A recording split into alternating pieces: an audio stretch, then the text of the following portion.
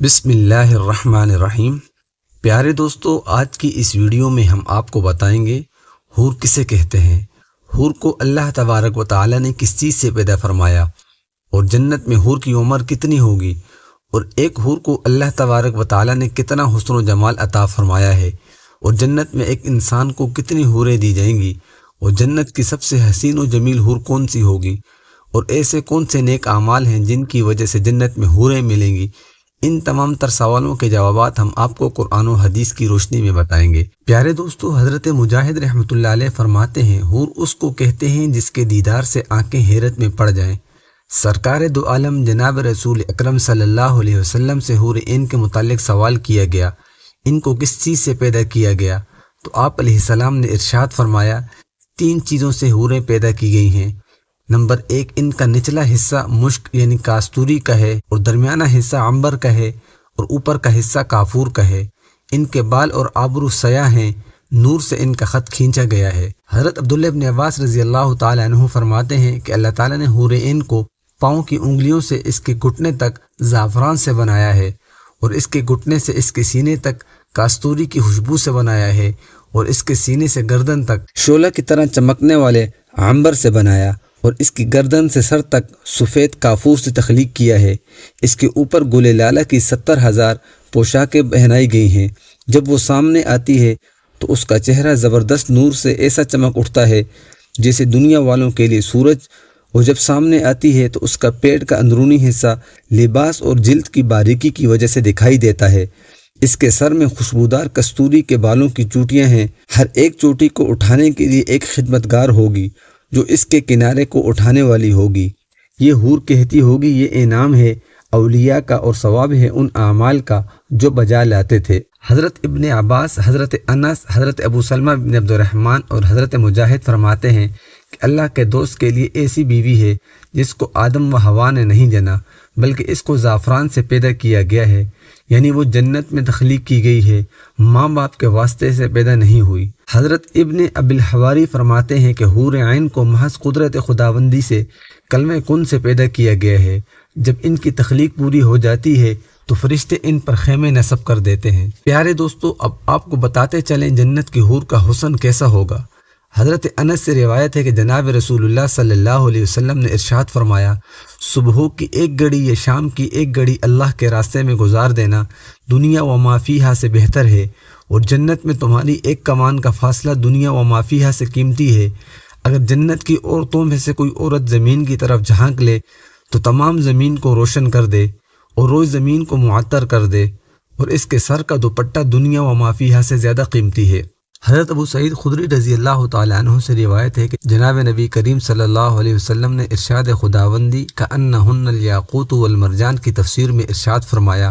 جنتی اپنے چہر کو اس کے رخسار میں آئینے سے بھی زیادہ صاف و شفاف دیکھے گا، اور اس کے لباس کا ادنا موتی اتنا خوبصورت ہے کہ وہ مشرق و مغرب کے درمیانی حصے کو روشن کر سکتا ہے۔ اس عورت پر 70 پوشاکیں ہوں گی، مگر پھر بھی ان پوشاکوں سے نگاہ گزر جائے گی، حتیٰ کہ وہ ان کے پیچھے سے اس کی پنڈلی کو بھی دیکھ سکے گا۔ حضرت انس رضی اللہ تعالیٰ عنہ فرماتے ہیں، جناب رسول اللہ صلی اللہ علیہ وسلم نے ارشاد فرمایا، اگر کوئی حور سمندر میں تھوک دے تو اس کے لعاب کی مٹھاس سے وہ سمندر شیریں ہو جائے۔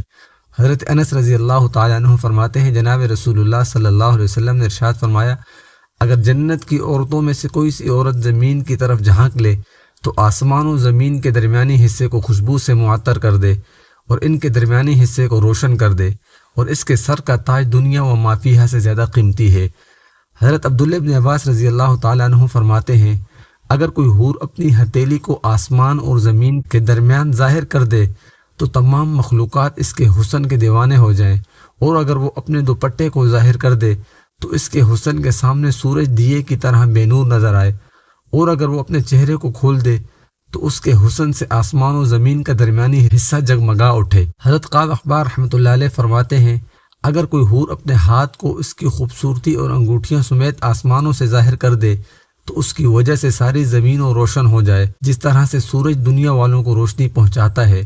پھر فرمایا، یہ تو اس کا ہاتھ ہے، اس کے چہرے کا حسن، رنگت، جمال اور اس کا تاج یاقوت، لؤلؤ، زبرجد سمیت کیسا حسین ہوگا۔ حضرت ابو ہریرہ رضی اللہ تعالیٰ عنہ فرماتے ہیں مجھے اس ذات کی قسم جس نے قرآن پاک کو حضرت محمد پر نازل فرمایا ہے، جنت میں رہنے والوں کے حسن و جمال میں اس طرح سے اضافہ ہوتا رہے گا جس طرح سے ان کا دنیا میں بدصورتی اور بڑھاپے میں اضافہ ہوتا رہتا ہے۔ حضرت ابن عباس رضی اللہ تعالیٰ عنہما فرماتے ہیں جنت میں ایک حور ہے جس کا نام لعبہ ہے، اگر وہ اپنا لعاب دہن کڑوے سمندر میں ڈال دے تو سمندر کا تمام پانی شیریں ہو جائے۔ اس کے سینے پر یہ لکھا ہوا ہے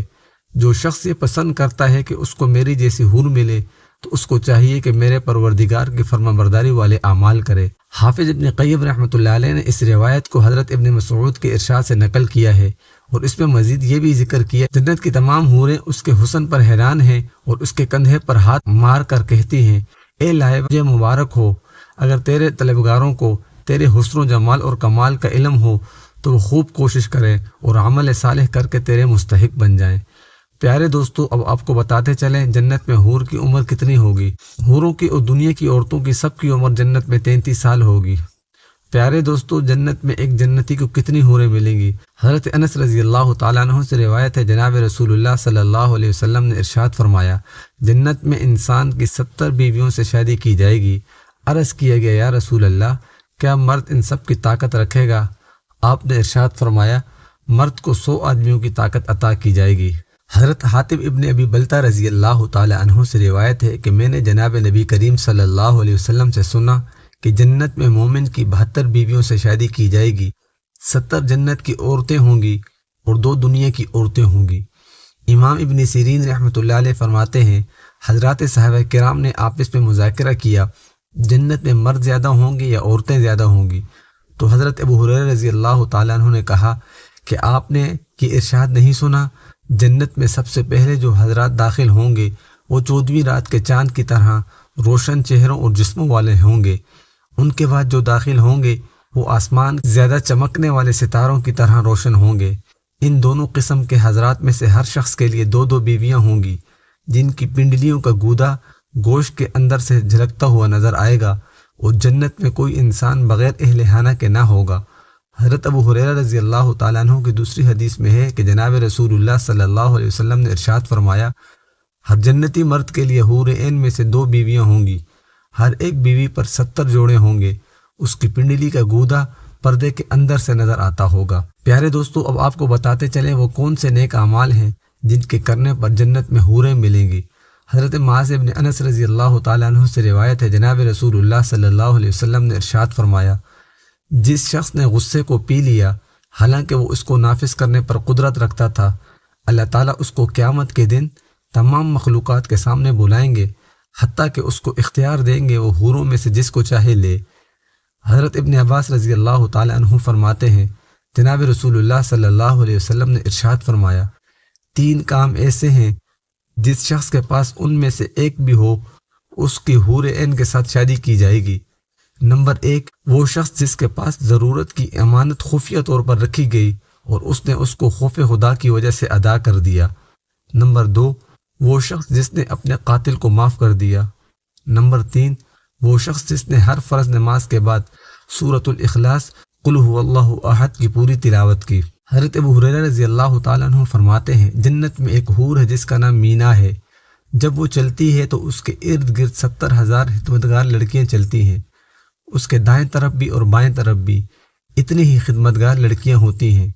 یہ حور کہتی کہاں ہیں امر بالمعروف اور نہی عن المنکر کرنے والے، یعنی نیکیوں کا حکم کرنے والے اور برائی سے منع کرنے والے، میں ان کا انعام ہوں۔ حضرت جابر بن عبداللہ رضی اللہ تعالیٰ عنہ فرماتے ہیں جناب رسول اللہ صلی اللہ علیہ وسلم نے ارشاد فرمایا نماز کی چابی وضو ہے اور جنت کی چابی نماز ہے۔ حضرت ابو دردہ رضی اللہ تعالیٰ عنہ سے روایت ہے کہ میں نے جناب رسول اللہ صلی اللہ علیہ وسلم سے سنا آپ نے ارشاد فرمایا والد جنت کا درمیانہ دروازہ ہے، یعنی والد کو دنیا میں خوش کرے گا وہ جنت میں داخل ہوگا۔ حضرت معاذ بن جبل رضی اللہ تعالیٰ عنہ سے مروی ہے کہ جناب رسول اللہ صلی اللہ علیہ وسلم نے ارشاد فرمایا جس نے پیاسے کو پانی پلایا اور اسے سیراب کر دیا اس کے لیے جنت کے سب دروازے کھولے جائیں گے اور اسے کہا جائے گا ان میں سے جس سے چاہے داخل ہو جا، اور جس نے کسی مومن کو کھانا کھلایا حتیٰ کہ اسے سیر کر دیا اللہ تعالیٰ اسے جنت کے دروازوں میں سے اس دروازے سے داخل کریں گے جس سے کوئی داخل نہ ہو سکے گا۔ سوائے اس کے جو عمل میں اس جیسا ہوگا۔ دعا کریں اللہ تعالی ہمیں بھی جنت الفردوس کی سعی اور کوشش کرنے کی توفیق عطا فرمائے، آمین۔